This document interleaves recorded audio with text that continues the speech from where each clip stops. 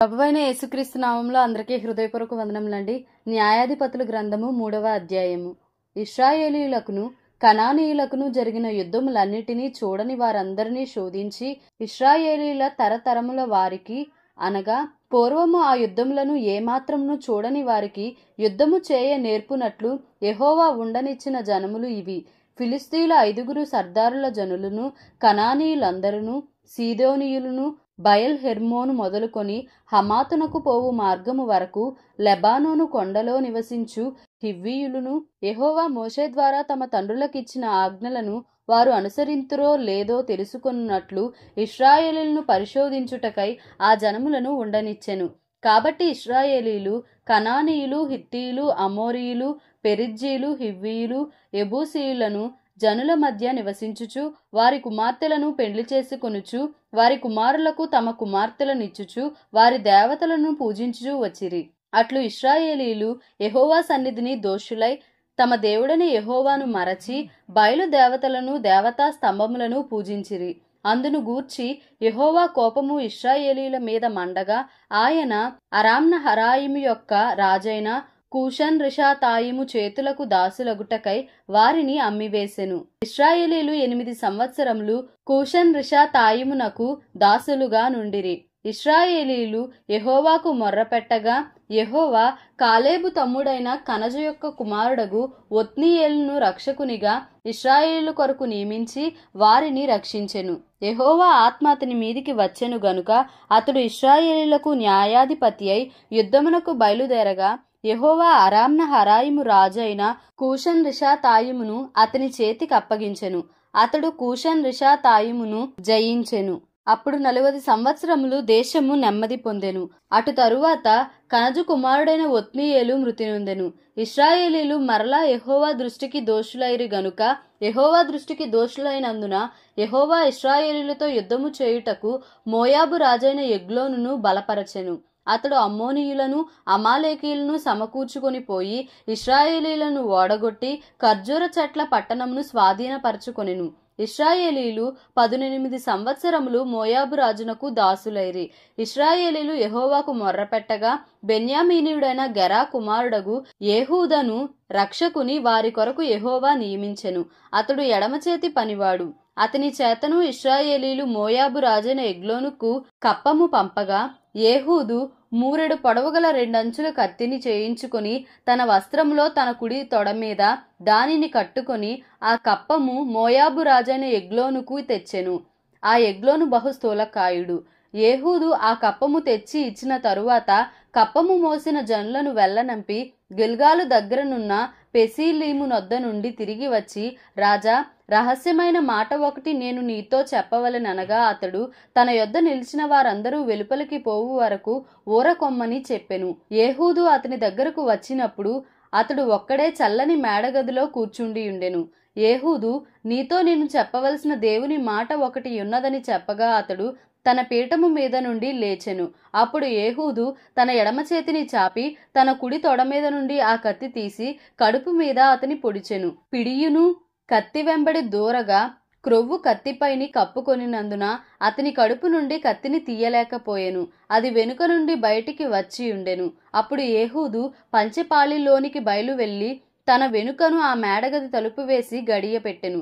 అతడు బయలు వెళ్లిన తరువాత ఆ రాజు దాసులు లోపలికి వచ్చి చూడగా ఆ మేడగది తలుపులు గడియలు వేసి ఉండెను గనుక వారు అతడు చల్లని గదిలో శంకా నివర్తికి పోయి ఉన్నాడనుకొని తాము సిగ్గు వింతలు పడు వరకు కనిపెట్టినను అతడు ఆ గది తలుపులను తీయకపోగా వారు తాళపు చెవిని తెచ్చి తలుపులు తీసి చూచినప్పుడు వారి యజమానుడు చనిపోయి నేలను పడియుండెను.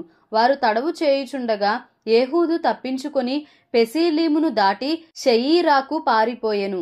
అతడు వచ్చి ఎఫ్రాయిమీల కొండలో బోరను ఊదగా ఇశ్రాయేలీయులు మన్యప్రదేశం నుండి దిగి అతని యొద్దకు వచ్చిరి.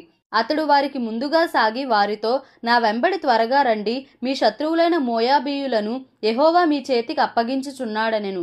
కాబట్టి వారు అతని వెంబడిని దిగివచ్చి మోయాబు నెదుటి యొర్దాను రేవులను పట్టుకొని ఎవరినీ దాటనీయలేదు. ఆ కాలమున వారు మోయాబీలలో బలము గల శూరులైన పరాక్రమశాలులను 10,000 మందిని చంపిరి. ఒకడును తప్పించుకొనలేదు.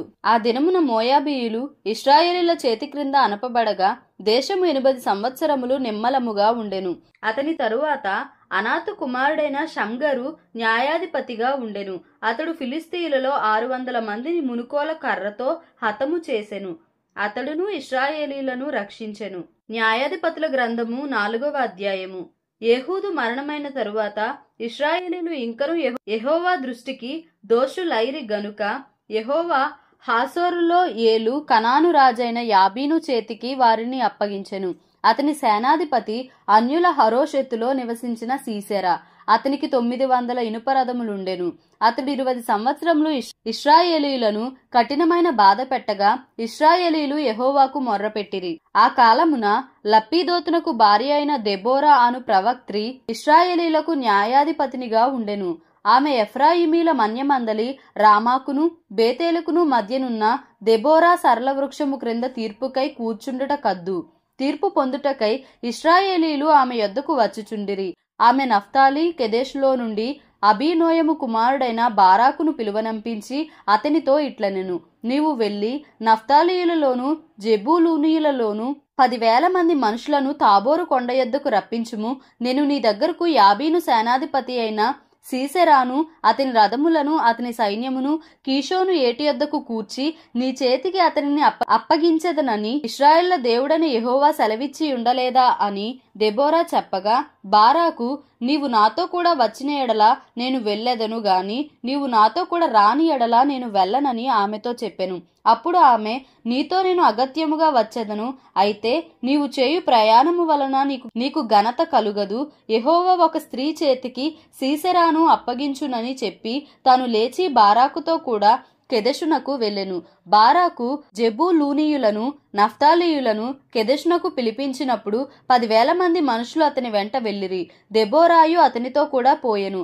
అంతకులోగా కయీనీయుడైన హెబెరు మోషే మామయ్యైన హోబాబు సంతతి వారైన కయీనీయుల నుండి వేరుపడి కెదెషునొద్దనున్న జయనన్నీములోని మస్తకి వృక్షమునొద్ద తన గుడారమును వేసుకొని ఉండెను.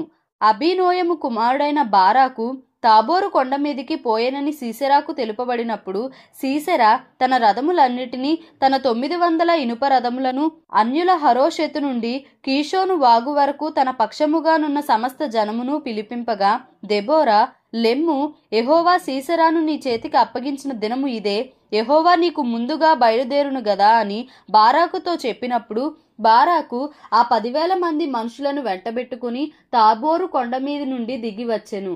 బారాకు వారిని హతము చేయునట్లు యెహోవా సీసెరాను అతని రథములన్నిటినీ అతని సర్వసేనను కలవరపరచగా సీసెరా తన రథము దిగి కాలినడకను పారిపోయెను. బారాకు ఆ రథములను సేనను అన్యుల హరోషెతు వరకు తరుమగా సీసెరా యొక్క సర్వసేనయు కత్తివాత కూలెను. ఒక్కడైనను మిగిలి ఉండలేదు. హసోరు రాజైన యాబీనుకును కయీనీయుడైన హెబెరు వంశస్థులకును సమాధానము కలిగియుండెను గనుక సీసెరా కాలినడకను కయీనీయుడగు హెబెరు భార్య అయిన యాయేలు గుడారమునకు పారిపోయెను. అప్పుడు యాయేలు సీసెరాను ఎదుర్కొనబోయి అతనిని చూచి, నా ఏలినవాడా, నా తట్టు తిరుగుము, భయపడకుమని చెప్పినందున అతడు ఆమె గుడారమును జొచ్చెను. ఆమె గొంగళితో అతని కప్పగా అతడు, దప్పికొని ఉన్నాను, దయచేసి దాహమునకు కొంచెము నీళ్ళిమ్మని ఆమెనడిగెను. ఆమె ఒక పాలబుడ్డి విప్పి అతనికి దాహం ఇచ్చి అతని కప్పుచుండగా అతడు గుడారపు ద్వారమున నిలిచియుండుము, ఎవడే కాని లోపలికి వచ్చి ఇక్కడ నెవడైనా నున్నాడా అని నిన్నడిగిన ఎడల నీవు ఎవడునూ లేడని చెప్పవలెననెను. పిమ్మట హెబెరు భార్య అయిన యాయేలు గుడారపు మేకు తీసుకొని సుత్తె చేత పట్టుకొని అతని యొద్దకు మెల్లగా వచ్చి అతనికి అలసట చేత గాఢనిద్ర కలిగి ఉండగా నేలకు దిగునట్లు ఆ మేకును అతని కణతలలో దిగగొట్టగా అతడు చచ్చెను. బారాకు సీసెరాను తరుముచుండగా యాయేలు అతనిని ఎదుర్కొన వచ్చి, రమ్ము, నీవు వెదకుచున్న మనుషుని నీకు చూపించదనగా అతడు వచ్చినప్పుడు సీసెరా చచ్చి పడి ఉండెను. ఆ మేకు అతని కణతలలో నుండెను. ఆ దినమున దేవుడు ఇశ్రాయేలీయుల ఎదుట కనాను రాజైన యాబీనును అణచెను. తరువాత వారు కనాను రాజైన యాబీనును సంహరించు వరకు ఇశ్రాయేలీయుల చెయ్యి కనాను రాజైన యాబీనుకు విరోధముగా అంతకంతకు హెచ్చుచూ వచ్చెను. న్యాయాధిపతుల గ్రంథము 5వ అధ్యాయము. ఆ దినమున దెబోరాయు అబీనోయము కుమారుడైన బారాకును ఈ కీర్తన పాడిరి. ఇశ్రాయేలీయులలో యుద్ధశాలులు ధైర్యము కనపరచరి. ప్రజలు సంతోషముగా సిద్ధపడిరి. యెహోవాను స్తుతించుడి. రాజులారా వినుడి, అధిపతులారా ఆలకించుడి. యెహోవాకు గానము చేసెదను, ఇశ్రాయేలు దేవుడైన యెహోవాను కీర్తించెదను. యెహోవా, నీవు షేయీరు నుండి బయలుదేరినప్పుడు, ఎదోము పొలము నుండి బయలుదేరినప్పుడు భూమి వణకెను, ఆకాశము నీళ్లను కురిపించెను, మేఘములను వర్షించెను. యెహోవా సన్నిధిని కొండలలో నుండి ప్రవాహములు వచ్చెను. ఇశ్రాయేలు దేవుడైన యెహోవా సన్నిధిని సీనాయిలో నుండి ప్రవాహములు వచ్చెను. అనాతు కుమారుడైన షమ్గరు దినములలో, యాయేలు దినములలో రాజమార్గములు ఎడారులాయెను. ప్రయాణస్తులు చుట్టు త్రోవలలోనే నడిచిరి. ఇశ్రాయేలుల అధిపతులు లేకపోయిరి. దెబోరా అను నేను రాకమునుపు, ఇశ్రాయేలులో నేను తల్లిగా నుండకమునుపు వారు లేకపోయిరి.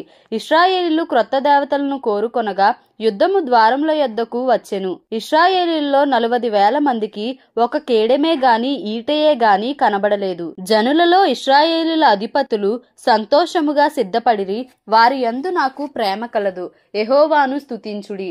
తెల్లగాడిదల నెక్కువారలారా, తివాసుల మీద కూర్చుండు వారలారా, త్రోవలో నడుచువారలారా, ఈ సంగతి ప్రకటించుడి. విలుకాండ్ర ధ్వనికి దూరముగా నుండువారు, నీళ్లు చేదుకొను స్థలములలో నుండువారు యెహోవా నీతిక్రియలను ప్రకటించెదరు. ఇశ్రాయేలు గ్రామములలో ఆయన జరిగించు నీతిక్రియలను వారు ప్రకటించెదరు. వినుటకై యెహోవా జనులు ద్వారములలో కూడుదురు. దెబోరా మేలుకొనుము, మేలుకొనుము, దెబోరా మేలుకొనుము, మేలుకొనుము. బారాకు కీర్తన పాడుము. అబీనోయము కుమారుడా, లెమ్ము, చెరపట్టిన వారిని చెరపట్టుము. ప్రజల వీరులలో శేషించిన వారును కూడివచ్చిరి. శూరులలో యెహోవా నాకు సహాయము చేయవచ్చెను.